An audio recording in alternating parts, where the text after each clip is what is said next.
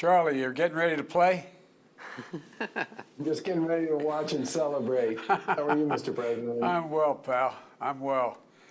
I used to have my chief Secret Service agent. Every time we go by Greenwall, we had to bless ourselves and be silent about it's a reverent undertaking.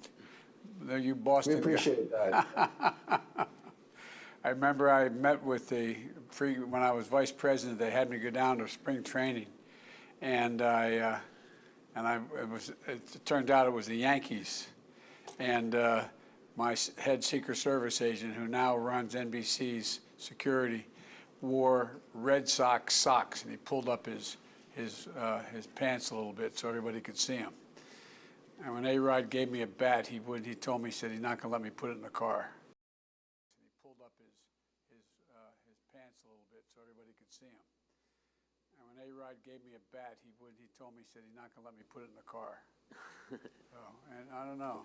Hey, Mike, how are you? Good to see you. Spence, all of you. Good to see you. Janet, how are things up in Maine? Great, Mr. President. Sorry, am I muted? You're unmuted now. Hi, Tim. How are you? I know Minnesota's great, but it can't be as nice a weather as there is in Mexico now, is there? Sure. Anyway, you all are nice to take the time. Always summer. Yeah. Well, I'm just waiting for them to tell me when we get going here, since we're live streaming this. You're good. Oh, ready to go? Okay. Well, first of all, hi, everybody. It's good. I'm supposed to look over here, not at you guys. But we got 6 governors with us today, Democrats and Republicans. And they're meeting in the moment. Governor Mills of Maine, Governor DeWine of Ohio, Governor Cox of Utah, Governor Walz of Minnesota, Governor Baker of Massachusetts, and Governor Lujan Grisham of New Mexico. And it's great to connect with you all. You know, last week I provided an update on where we were with our vaccination program and what comes next. And I said our goal by July the 4th is to have 70% of adult Americans with at least one shot and 160 million Americans fully vaccinated. And that's a pretty huge goal, I acknowledge that, but you've done a remarkable job. But if we succeed, we're going to be able to take a serious step toward the return to normalcy by Independence Day, which is a goal that was not arbitrarily, but based on talking to the docs, thought if we did what we had to do, we could meet. And there's a lot of work to do, though, to get there, but I believe we can get there. And part of the reason I'm so confident is because of your leadership, the governors, and your partnership with us. The governors with us today and their counterparts have been instrumental in helping us make progress and more quickly than anyone would have thought. Working together, we delivered over 220 million shots in my first 100 days, well beyond anyone's expectations, but because of their cooperation. And today, more than 150 million Americans have gotten at least one shot. Over 115 million Americans are fully vaccinated. Nearly 85% of people, 65 and over have gotten at least one shot. And whether it's a red state or a blue state, black, white, Latino, AAPI, Americans from every walk of life are getting their vaccines. We got more to do, though. Now cases and hospitalizations and deaths are all down. Tens of thousands of moms and dads, brothers and sisters, grandparents, neighbors, friends are still with us who, I believe, whom we would have lost, but for the work of these governors. And millions of Americans are starting to live life more normally after more than a year of sacrifice. And I know everybody's tired of hearing me say this online here, but it isn't Democratic progress or Republican progress, it's American progress. And now we've got to take the next step together. I know every week you meet with Jeff Zients, who's here with me, and you go through it, and I've had a chance to meet with the Governor's Conference and others, but we decided from the very beginning, as you all remember, that how many govs did you speak with in the last, just today? Well, today we had our weekly call, so I hope most governors attend that call, which is great. And but the point is that we know we want to get something done. It's all about governors and mayors and county executives. It's all local. It's on the street. And to meet the goal that I set last week, we need to accomplish three things in my view. One, we have to make it easier and more convenient for all Americans to get vaccinated, and you're busting your neck doing that. Two, to build confidence in vaccines by delivering facts and answer questions to anyone who might have one and have thorough answers. And three, by ensuring that we reach everyone with an equitable response that as we enter this next phase. And to help us get there, we've added two new tools. One, Americans can go to vaccines.gov, or they can text their zip code to their zip code, text it to 438829. Let me say it again, 438829. And they'll get at least 3 locations near them with vaccines in stock at that moment. And in my direction, more than 20,000 pharmacies coast to coast are now offering walk-in vaccinations by no appointment necessary. And the governors, you all are stepping up to increase the availability of walk-in vaccinations as well. The Federal Emergency Management Agency, FEMA, is shifting focus from larger vaccination sites to smaller community-based sites and mobile clinics to reach more people where they are. And we've recently made significant new investments around vaccine education, including funds to help states and community organizations get the word out on the local level.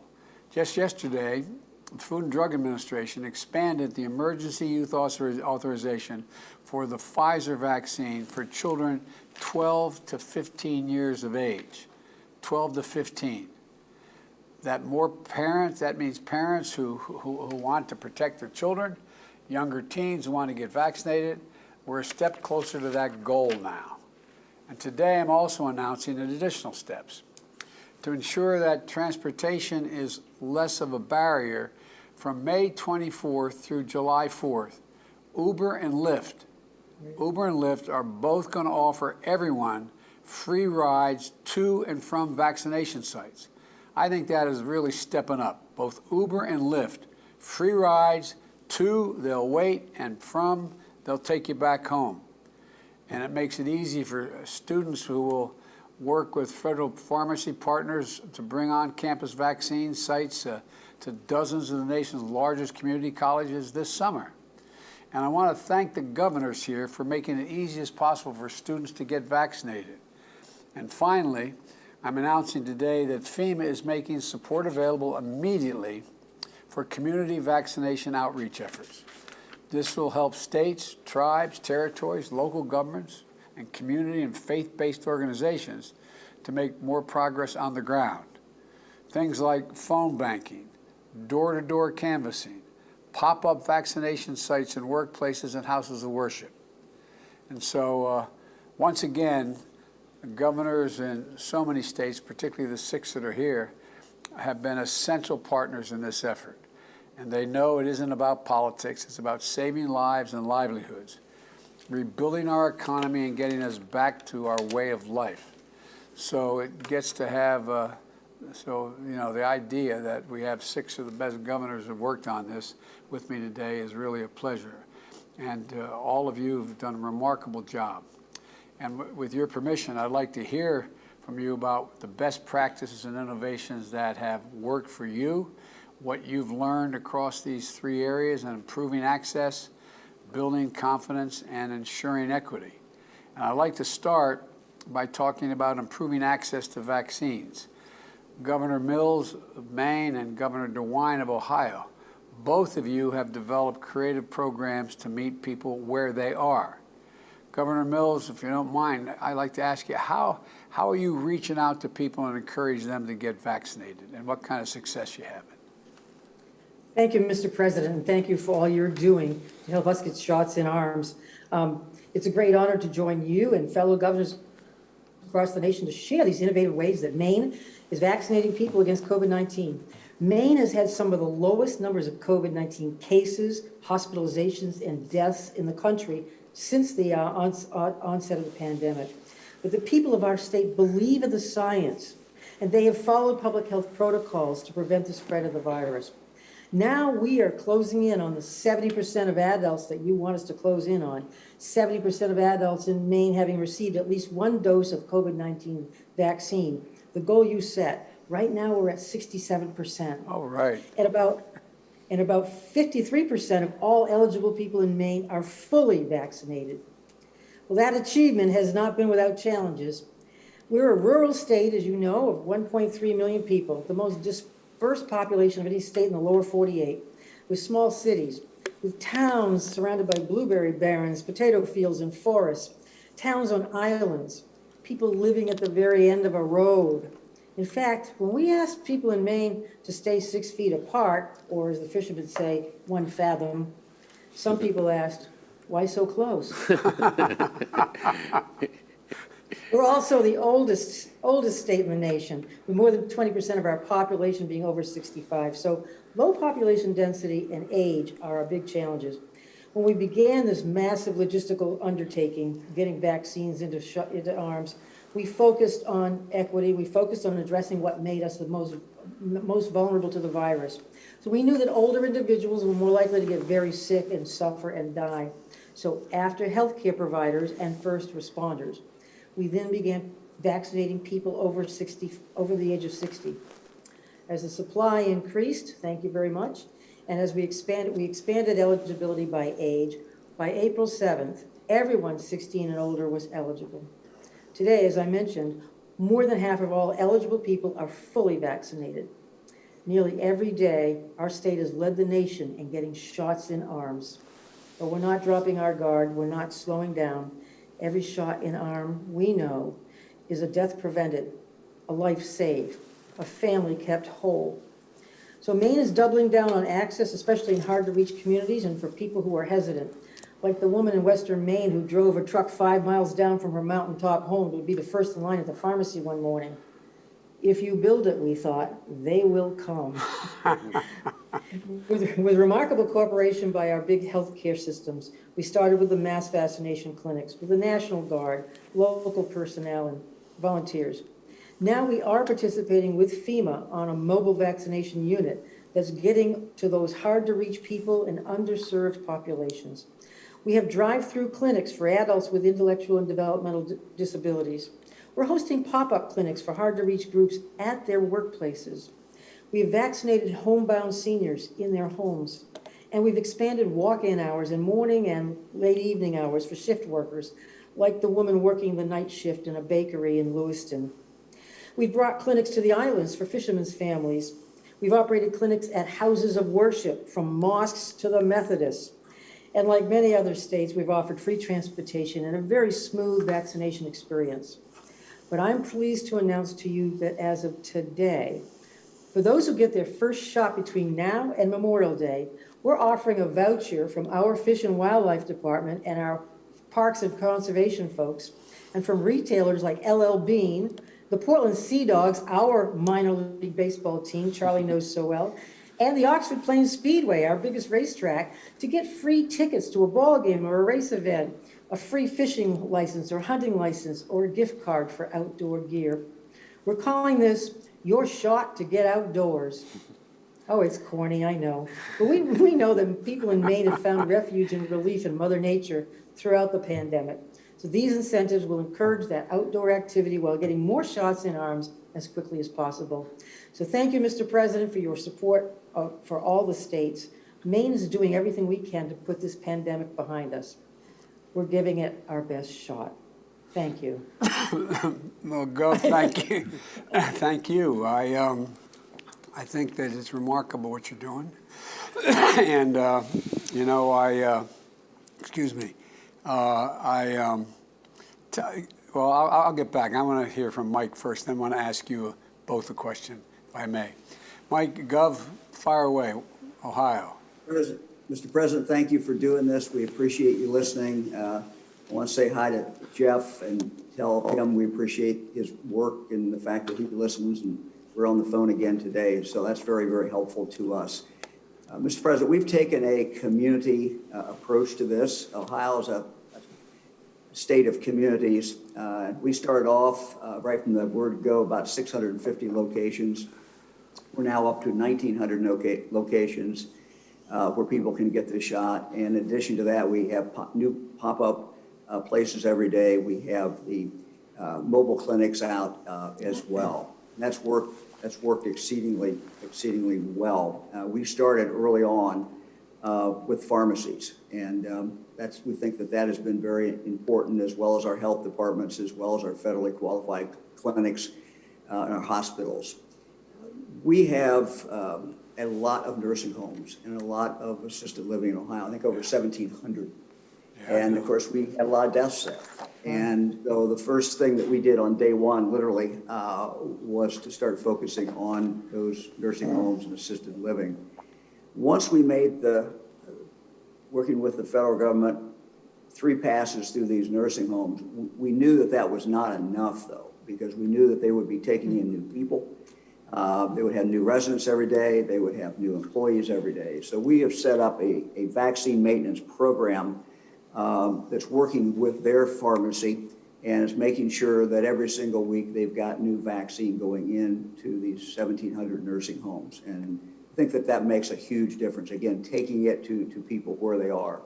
Our National Guard is going out, and has been going out for weeks, into senior housing, taking it right into the lobby, setting up shop, vaccinating people. All they have to do is come down from their rooms. And that has worked, we think, very, very well.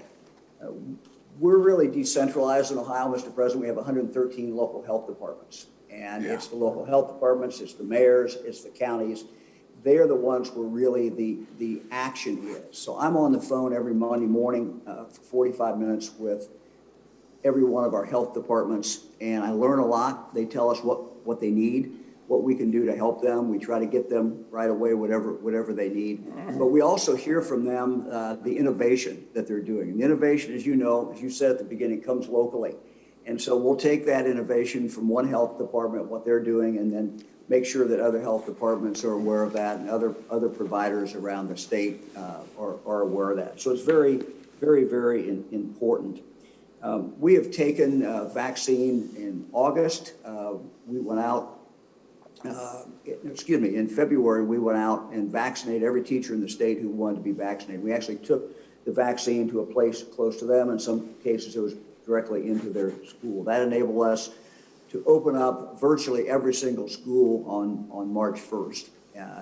But again, it was taking it to them. We've done the same thing with colleges before college was out for the summer.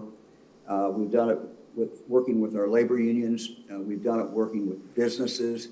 A lot of innovation going on in businesses. And what we found is the businesses that have us come in, have a health partner that does it. They work very closely with their employees, and they're able to get an uptake that, quite candidly, I don't think we would have gotten any other way but by taking that directly into that business. We are really at the ground game now. We've always been at the ground game, but I think you're seeing governors, continue to push out and go to where people are. We have some health departments are literally out knocking on doors. We have mobile clinics going around, and we want to reach people, exactly where they are. Just a couple of observations. There certainly has been a appetite for the Johnson & Johnson. We're seeing that there are people who really want Johnson & Johnson. They want that one shot and to be done. There also clearly was an appetite for walk-up clinics. And so, most of the clinics in Ohio, as you said, are open for walk-ups. And there's people who just want to go. They want to make up their mind that day and go out and be able to knock on the door. Finally, we're very, very excited about being able to vaccinate 12, 13, 14, and 15-year-olds. And we've got plans in schools. We also have plans in the summer with Boys Club, Girls Clubs, feeding programs, and other things, trying to take this to where people are. So thank you for doing this, Mr. President. Well, thank you both for what you guys are doing. And one of the things that I wanted to ask Governor Mills is that the idea of engaging in and offering benefits like everything from fishing licenses on. My guess is free tickets and vouchers, my guess is that's probably going to work. I mean, do you have any? I think so. We're offering a great spectrum of things, and I think it'll be an incentive to those who are maybe still hesitant. You know, people who would love to go to LL Bean or go online and buy a new hunting vest or whatnot, and people who want to go to the Sea Dogs, because as Charlie Baker knows, the season has opened up. Yep. I think it's a good incentive. I know other states are doing something different. Yeah. Some are offering shots of booze, but New Jersey. Can I ask you, both of you, one last question? I'm sorry to take so long here, but I'm interested. Tell me about what the mobile vaccine unit is like. I mean, are you driving around in a with docs in a pickup truck, or I mean? No, I mean deadly earnest for people. This is being Zoomed. That talk to me about. If you each tell me what you're doing. I've been through our mobile unit, and it's very attractive, very clean. It's a big trailer kind of thing, a vehicle, and it's staffed by people from the United States Health Service, Public Health Service, and some National Guard and some FEMA people. It's a great level of cooperation among those agencies and with the state of Maine and local governments. And I've seen people delight at being able to drive up, get out, walk through the trailer, sit back in their car for 15 minutes, be watched, remotely, and drive off feeling free and clear of COVID. Mike, how about you?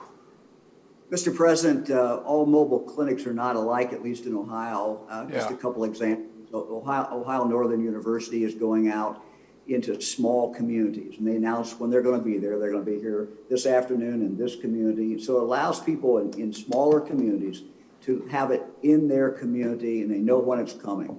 We're seeing it in cities. I was in Cincinnati this past few days ago, and what they're doing is they're using that as a base, but they're going out. The one I saw was actually in a library. But they use that mobile clinic as kind of the base to store and to bring the vaccine out. So it's going out, it's trying to be innovative, trying to figure out, how do we take it directly to people? The reality is, and my wife Fran and I have been to, I think, 37, 38 different vaccine clinics. And we always talk to the people who are getting vaccinated. And yet we talk to those who have maybe hesitated in the past.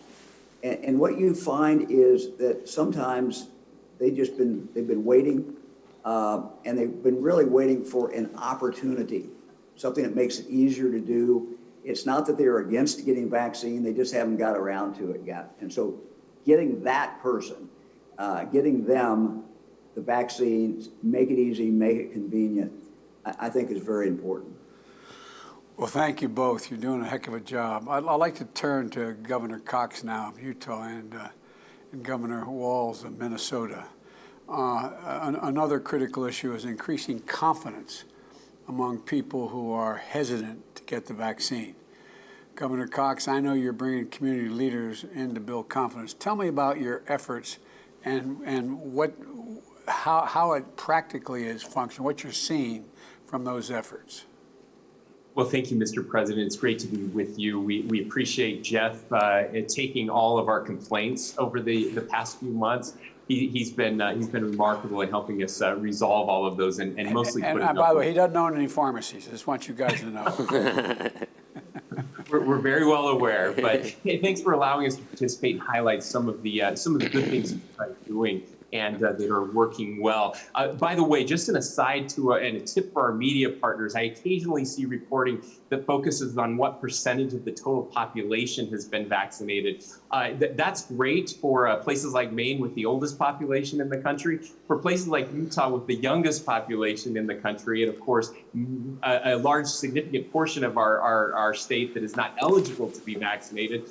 That's not exactly the right metric to be using, but we're very excited for the announcement process to allow younger people to get vaccinated because Utah has more of them than anywhere else. Mr. President, we're really good at having kids here, so we're excited to have that opportunity. When you talk about hesitancy, though, I want to mention that it's most important to be very flexible and adaptable. What was working a month ago isn't necessarily going to work today. Yeah. Of course, we have a vision for where we want to go and where we are in this phase of the vaccination campaign. Data collection is absolutely critical, and this is something I want to mention that Governor DeWine just touched on. But while some states go into the field to do some polling, we are in the field every day of every week, constantly getting new data to understand that population that is remaining that hasn't gotten the vaccine. And I think that's really important for everyone to understand. We often just talk about the vaccine hesitant population as one big group, but it's really much more than that. I like to say we've moved from what I call the vaccine ecstatic and the vaccine excited phase, and we're now in the vaccine busy or the vaccine curious phase. These aren't people that refuse to get it. They just haven't gotten around to it yet. And I think we have to approach all of these groups a little differently. But with that data, that's allowed us to really focus on three specific areas: the why, the who, and the where. To overcome this vaccine hesitancy, we designed a public information campaign that not only answers questions and resolves concerns, but it helps people understand that getting the vaccine is the way to get back to the things that we all love, that we all want to do. Weddings and family reunions, Utah Jazz games, the best team in the league right now, churches, hugging grandparents, quinceañeras, all of those things that we care about. We want people to understand that the vaccine is really the key to ending that. And that's one area where we could use some help from the White House and others, and that is modeling what a fully vaccinated person can do. I like to say that we have fully vaccinated people, we should start acting like it. And that's a big motivation to get the unvaccinated to want to get vaccinated. Next up, we focus on the who. And I think, Mr. President, this may be the most important of all. Through our research, it became clear that people trust their family doctors, their local community leaders and church leaders, their family, friends, and neighbors a lot more than they trust government on this issue. So we've been working directly with those different voices to empower them and give them a platform to encourage vaccinations, which leads to the third, and the other governors have talked about this, so I won't take as much time, but the where is so important for this next phase and the next group of people now that we have enough vaccine for everyone. And so these mobile pop-up clinics that we're talking about really matter. And when you partner with the who, the right voices in a community. So for example, in our Latino community, we're working with churches and pastors who will bring these mobile pop-up clinics right to the church where people can go and get those vaccinations. We've opened a portal to any organization in our state, businesses, churches, nonprofits, summer camps. Anyone that wants a mobile vaccination clinic can request one. We go directly to them. They have a party. People can come and get vaccinated. And we're finding that those trusted voices are helping us with that next phase of people who are a little unsure or just didn't have enough time to get around to it. We're taking out all of the excuses to not get a vaccine. And that's where we are now, Mr. President. We're excited as we continue to reach towards that goal of getting 70% of our adults vaccinated. Well, you're doing a heck of a job.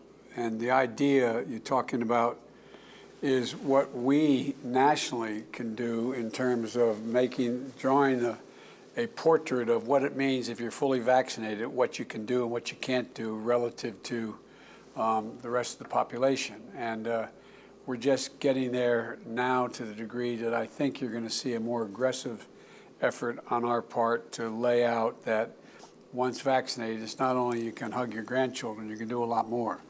And whether or not you have to have, even at some point soon, mask inside versus outside. I mean, so and if anything, we've gone a little slower to make sure we're exactly right as in terms of the percent of the population that has been vaccinated, the adult population. But I think, Jeff, we're going to be moving on that in the next little bit, aren't we? Yeah, I think we expect more and more guidance from the CDC Yeah. for vaccinated people.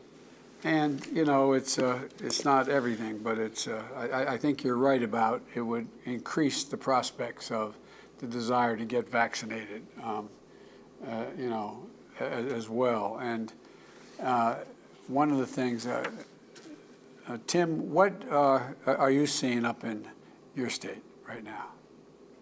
Well, first of all, thank you, Mr. President, for making this opportunity available. I'll echo our thanks to Jeff Zients and his team. They pick up the phone no matter what the question is, and they get us answers. I'd like to give a special thank you to the other governors who are on here. They have been a source of information and inspiration, best practices as we share together. And I would certainly associate myself with Governor Cox's remarks when it comes to confidence and how to get it done. I do think making that connection of what it means to get vaccinated and get it done quickly. We saw here in Minnesota where, along with Michigan, we saw a spike here recently in this latest surge around the B117 variant. But because of the availability of the vaccine, the speed that it had gotten out, we were able to blunt that. And what that meant is hospitals did not become overwhelmed. We did not have to close back down doing many of the things we were doing. And the most important thing is far fewer people died from that. So this idea of getting it into arms and getting it out there has real world consequences. And I do agree. The confidence is based on the data.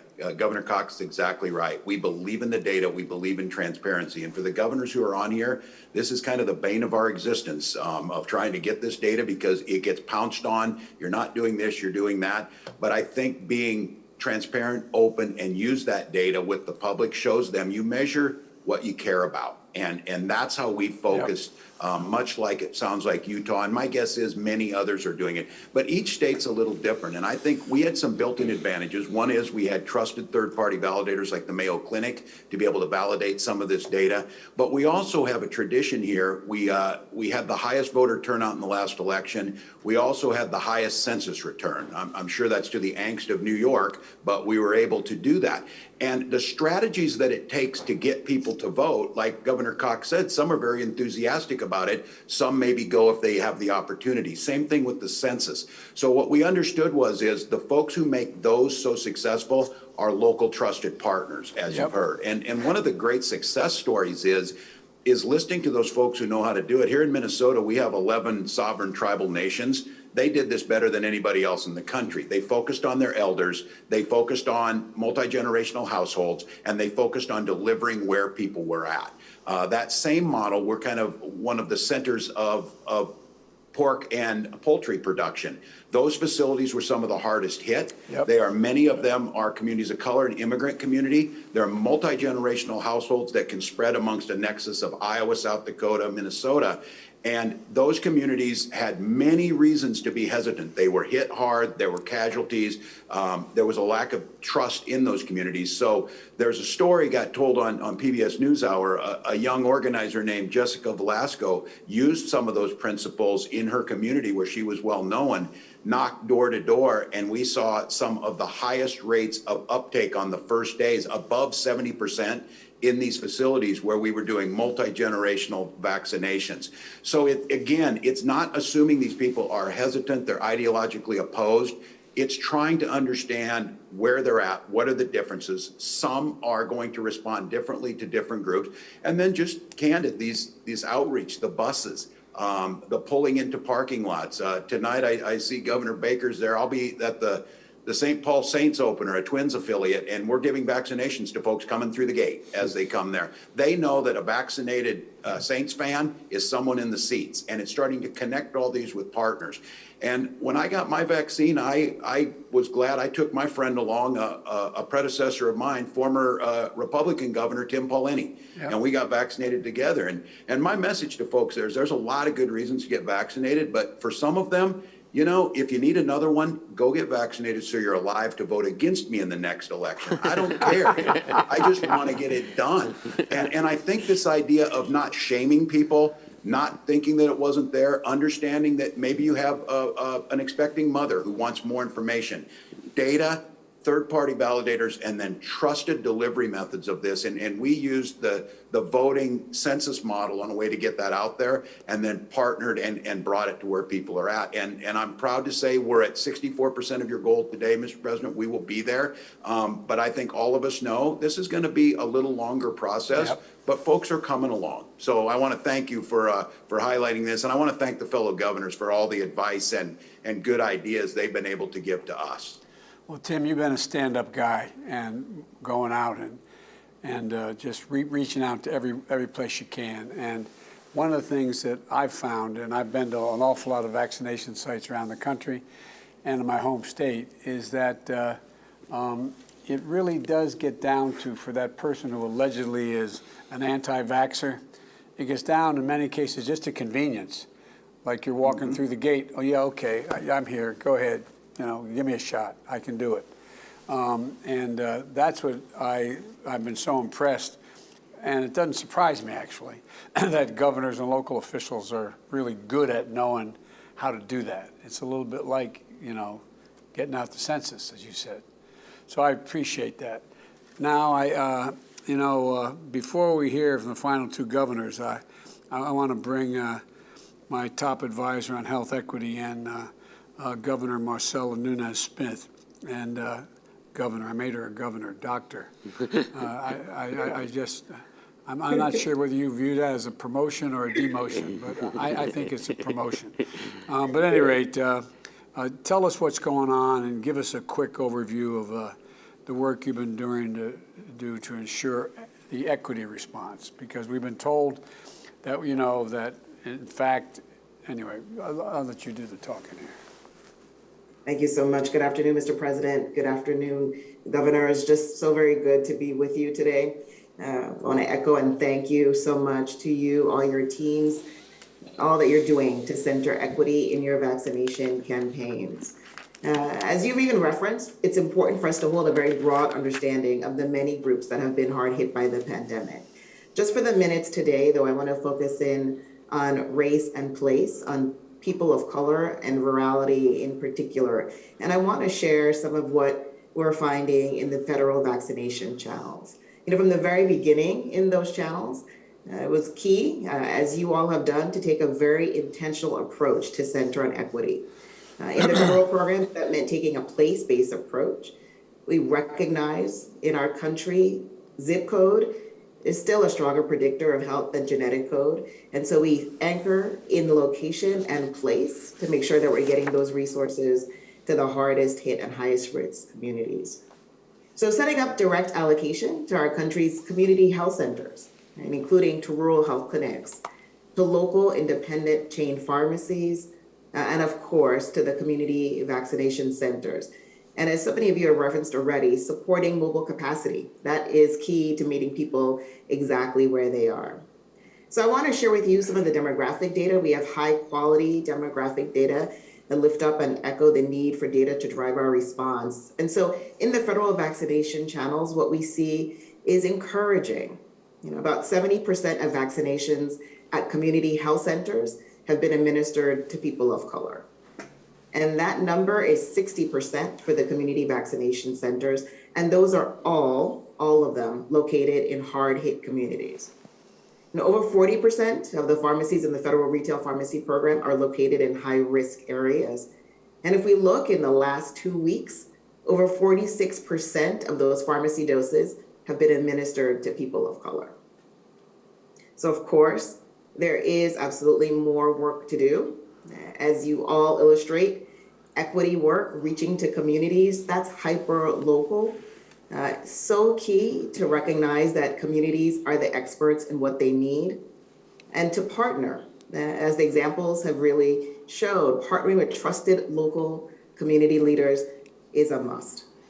So we're all looking forward together as the vaccination efforts charge on prioritizing access, focusing in on ease and convenience, and addressing those structural barriers we begin to talk about, making sure people have the opportunity to get connected to vaccine without an appointment, making sure that there is paid time off for vaccination and any recovery time, and thinking about other things like transportation and providing that assistance. So in addition to making sure that everyone has access to vaccination. We have to make sure they have access to the accurate information about vaccines from the people that they know and from the people that they trust. So making sure that everyone, that is every person, every community, can benefit from this scientific discovery. And we could all agree that's how we all together get to the other side of the pandemic. So just as I wrap, I want to say, we know equity does not happen by default, and it never has. So thank you for all you're doing, for sustaining this commitment, and of course, for your leadership. Well, thank you very much. And now I want to bring in Governor Baker, Massachusetts, and Governor Lujan Grisham in Mexico, who've been focused on equity in their states responsible to, in responding to this pandemic. And first to you, Governor Baker, can you share with us how the Commonwealth is making sure that every community has access and information and opportunity to get vaccinated? And tell me, if you don't mind, give me your opinion whether you think Lyft and you know, these two outfits are going to provide free transportation. It seems to me, where I come from, a lot of the communities of color use these facilities, because they don't have automobiles. So anyway, I don't want to hold you up from the game here either, Charlie, but you've been doing a hell of a job across the board. You really have. Hope that doesn't ruin your reputation coming from a Democrat, but you're doing a hell of a job. Thank you very much. Thank you very much, Mr. President. And I'm going to also give Jeff Zients and his team a shout out for all the work they've been doing to help us, help you, the American people, succeed in getting vaccinated. Massachusetts is number 2 in the country. We have about 74% of our adult population that's gotten a first dose. My friends north of us in Vermont are ahead of us, and we're going to do all we can to catch up to them. But our program was basically what I refer to as a mixed model. Our mass vaccination sites did about 1 million shots, but we also had regional collaboratives with local boards of health and local providers in areas where we had a lot of geography between and among people. We had tremendous participation from our healthcare community, all the way from the hospital systems to the physician offices. And our community health centers were a big part of the show for us very early on. And with respect to equity, one of the places we started straight out of the gate was a big aggressive program to do outreach to congregate care. And this meant, you know, group homes that take care of people with developmental disabilities and mental health issues. It meant hitting a lot of the senior sites that weren't part of the pharmacy program. It also meant going after homeless shelters and some of the folks who worked and were residents there.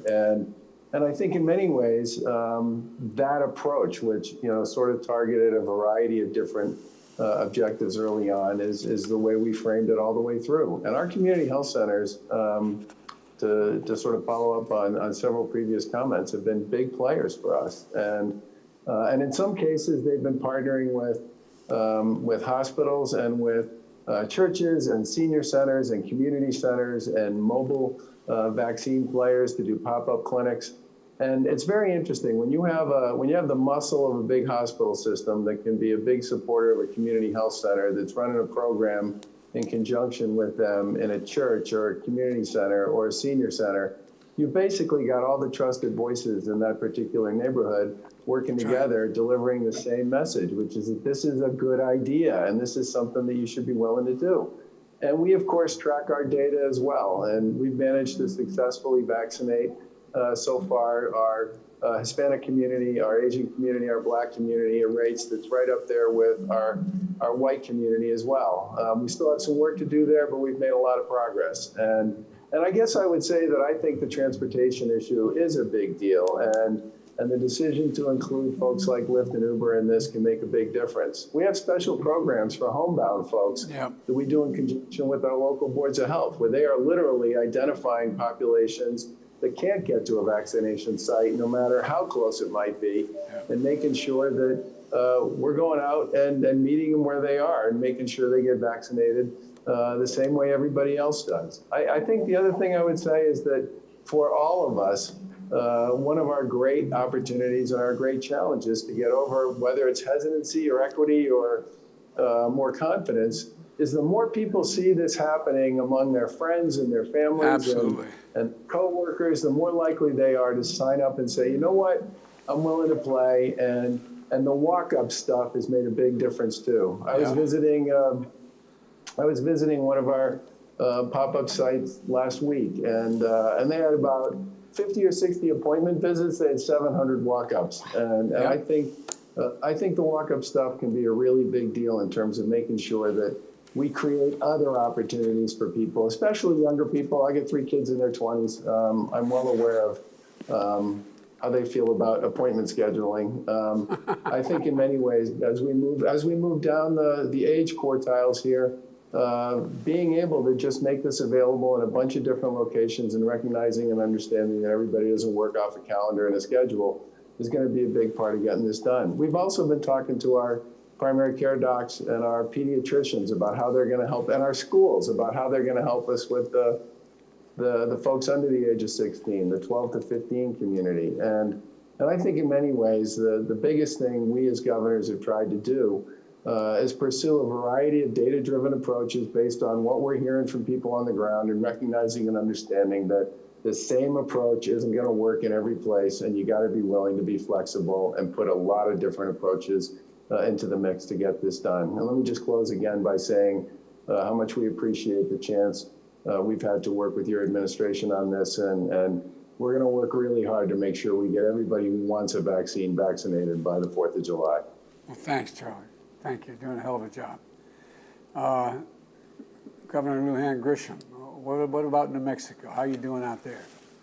No, we, as my good friend and colleague, Governor Baker, mentioned that we were leading, and now all of these fantastic governors and so many more are chasing us or eclipsing us. And this positive, as you say, Mr. President, approach to getting every American vaccinated is making a difference. And we are effective collaborators, and with your team and Jeff Zients and others, it provides the kind of ecosystem for us to leverage any number of best practices. And as I can tell you that we're going to meet your goal and exceed it by first shots, 70% by July 4th. And we've made a statement that by July 1, we're going to hit all of our targets. But I want to tell you, for a multicultural, a minority majority state, 23 sovereign nations in New Mexico, Mr. President, and they're going to have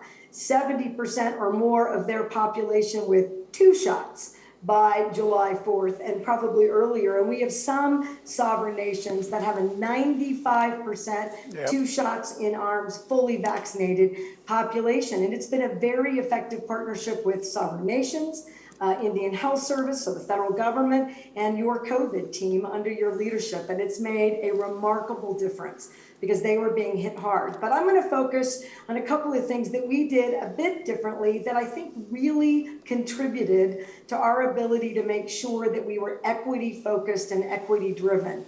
We had the first in the nation registration system. And while I do agree it's registering for a 16 or 17-year-old may not be optimum, I was actually pleasantly surprised at the number of New Mexicans who early registered for a vaccine. And that data then allowed us to see whether or not we were getting minority populations, whether we were getting to rural and frontier areas in the state, whether highly concentrations of extreme poverty, whether we were getting to those areas, which meant that we could then drive vaccine, both access and delivery, to those populations. And like every state, we used that system to do now walk-ins and pop-ups, and any business can get on our site or call us or communicate with us in any number of ways, no wrong door, and we'll come to you. We'll set up automatically a vaccine site, as you've heard, at a church, at a business, at a grocery store, at a library, at a pediatrician's office, anywhere, everywhere in the state, and we're also using mobile clinics. The third thing that we are doing that we believe will also continue to do that equity-focused investment, we set aside 25% of our vaccines at the very earliest to make sure that we always had equity-driven vaccine access. but New Mexico has more than 50%, more than half of our population, Mr. President, is on Medicaid. So now we can use that Medicaid data, and I can tell you both from an equity standpoint and just an access standpoint, I can tell every primary care physician who in their patient population is yet to be vaccinated, and push those vaccines into those doctors' offices by utilizing Medicaid information. And it's that same utilization data that tells me who's on hospice, who's homebound, who's got a disability, so that we can continue to make sure that we close the gap every single day in terms of New Mexicans who are yet to be vaccinated. And I also think that the equity numbers can improve by many of the incentives that you're hearing about, and I'm going to use Medicaid as another tool for incentives. You can, in Medicaid, have kind of a points reward system for people to engage in improving their health outcomes. So we give you more of those points so that you can buy sports equipment for your family and kids, so that you can engage in fresh farmers markets. And this is another way that we get these really hard to reach populations, using Medicaid as a huge driver in our registry system. So data, making sure that we're pushing vaccines into the communities and then into the arms of New Mexicans every single day. And it is working. And so I'm very proud of those systems that we've stood up, and we're using every single other thing that the other governors have talked about. And we're committed, Mr. President, to all of us continuing this collaboration. Every time somebody has a good idea, I heard about hunting and fishing licenses, I'm on it. So every time somebody has a good idea, we're deploying it, and we appreciate your support to do that. Well, you've done an incredible job. And I know you know Jill, I'm Jill's husband, been out to Navajo Nation now on 3 occasions. And one of the things that a closing comment, I'm trespassing on your time, I know, but I'm of the view, and I've been characterized as a congenital optimist, so maybe you can discount what I'm about to say. But I think the experience we've had with what has been one of the, because of all of your work, maybe the most significant major logistical undertaking that we've ever done short of war here, getting all this out and done, or continuing it done. I think we're going to find the lessons you've all learned, and we've all learned from this, are going to apply to a whole hell of a lot more of what we do in terms of delivering health care. And I'm not talking about more government spend. I'm talking about be able to communicate and connect people with basic health care. And there's new science going on right now about the mRNA, capacity to be able to adjust to maybe even dealing with cancer and other diseases. And I think that I think that they're going to be other pandemics, and we've got to. And I'm dealing with other world leaders about how we're going to deal with it, because you can't build a wall high enough to keep a virus out. But I am optimistic. I think we're going to see in the next 3 or 4 years the ability to provide access to and uptake of significant additional healthcare initiatives that are going to affect everything from the basic scientific research the companies like Pfizer and others are going to be doing with their mRNA vaccines, as well as applying it to other diseases as well, and some of them communicable diseases. But at any rate, I just want to thank you all. You've been great partners in this effort, and I hope we haven't been an impediment. We've tried like hell. No, I really mean it. We've tried like hell to include and engage you all as much as we possibly could and not get in the way. I know occasionally, when I got some criticism when I decided we were going to engage public health clinics around the country and get them involved, and not from you all, but you know, from others. And but I think you've done an incredible work, and it's why I think we get a lot more done at the state level in terms of cooperation among Democrats and Republicans than we do federally. And so none of this could have worked without your leadership. I really mean it. I'm not trying to be solicitous. I'm being completely honest. So thank you, thank you, thank you. I think you're responsible. I know you're responsible for saving thousands of lives. The idea we've lost well over 550,000 lives, more than every war we've fought combined in 1 year, basically, is astounding. And imagine what it would be if we didn't have you all doing what you did. So thank you, thank you, thank you. And one other thing you're going to be hearing about, it wasn't supposed to be part of what I'm talking to you about, but every country in the world is now looking to us to provide for their lack of capacity to produce and or have vaccines. I'm not going to shortcut the United States of America. I promise you we're going to have enough vaccine for every single American. But we are going to be engaged in working with other countries, because there are going to be a lot of variants that are going to be coming from other countries that we're going to have to be aware of as well. But and I may get back to all of you for some ideas on how I go about doing that. But I think we can produce a whole hell of a lot more vaccines that we can make available. We've already, how many we got out?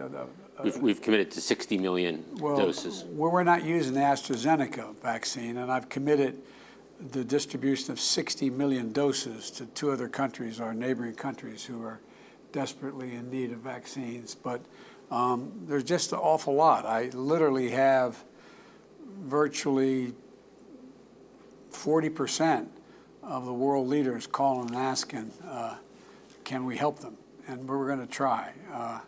But at any rate, I just want to thank you again for what you've done. You've been wonderful, and I look forward to seeing you all in person as soon as we get everybody, we get above that 70%. Thank you, thank you, thank you. Thank you. Appreciate it. Thank you, Mr. President. Thank you. Thanks. Thank you. Yes, sir. They're a good bunch. Excellent.